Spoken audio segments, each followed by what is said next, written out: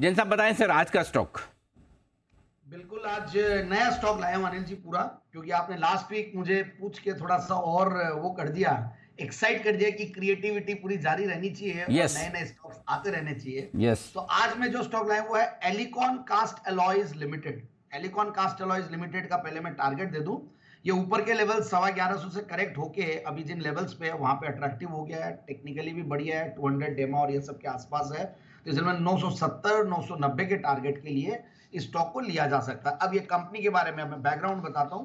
Company देखिए aluminium plus icon, उससे इन्होंने एलिकॉन एक शॉर्ट फॉर्म बनाया है और एक्रोनिम बनाया। और देखिए ये कंपनी एक कंसोर्टियम है, इनका ये कहना है कि हम लोग European engineering, Japanese quality and Indian innovation, ये तीनों चीज देके लाइट वेट अलॉय सॉल्यूशंस ये लोग कस्टमर्स को देते हैं। अब एल्यूमिनियम के अलॉयज और ये जो सारी चीजें हैं नाम में ही पता चल रहा है। तो ये लोग एल्यूमिनियम कास्टिंग्स काफी सब बनाते हैं, सिलेंडर हेड, सपोर्ट ब्रैकेट्स और इनटेक मैनिफोल्ड्स, क्रैंकशैफ्ट्स और इंजीनियरिंग ब्रैकेट्स, ये ऑटो इंसुलरी के लिए। और इनका पहले नाम हुआ करता था एनकेई कास्ट अलॉयज। एनकेई कास्ट अलॉयज मतलब ENKEI, जो कि एक जापानीज बहुत बड़ी कंपनी है, Japanese corporation NK corporation, one of the largest manufacturers of alloy wheels in the world. तो एक तरीके से ये चीज मुझे सबसे ज्यादा अट्रैक्ट की पूरे स्टॉक में, और काफी दिनों से स्टॉक ये मेरे नजरों में भी था, 2 साल 2.5 साल से ही, बट नहीं देने के रीजंस थे, डेट्स थे।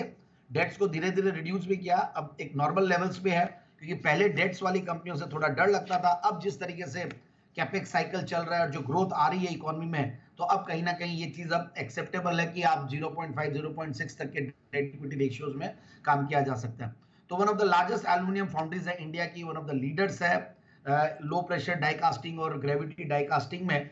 और कंपनी का एल्यूमिनियम एलॉय से मेजर वॉल्यूम आता है। और इंडस्ट्रीज मैंने जैसे बताया कि ऑटोमोटिव है ही है, और कुछ इंफ्रा, मेडिकल, एरोस्पेस और एग्रीकल्चर और इन सब में भी है। मैं कॉनकॉल के नोट्स भी पढ़ रहा था, तो वहां पे भी इनफैक्ट इन्होंने मार्च क्वार्टर के रिजल्ट्स के बाद कुछ अच्छी गाइडेंस दी है, कैपेक्स को लेकर भी और ग्रोथ स्ट्रेटेजी को लेकर भी।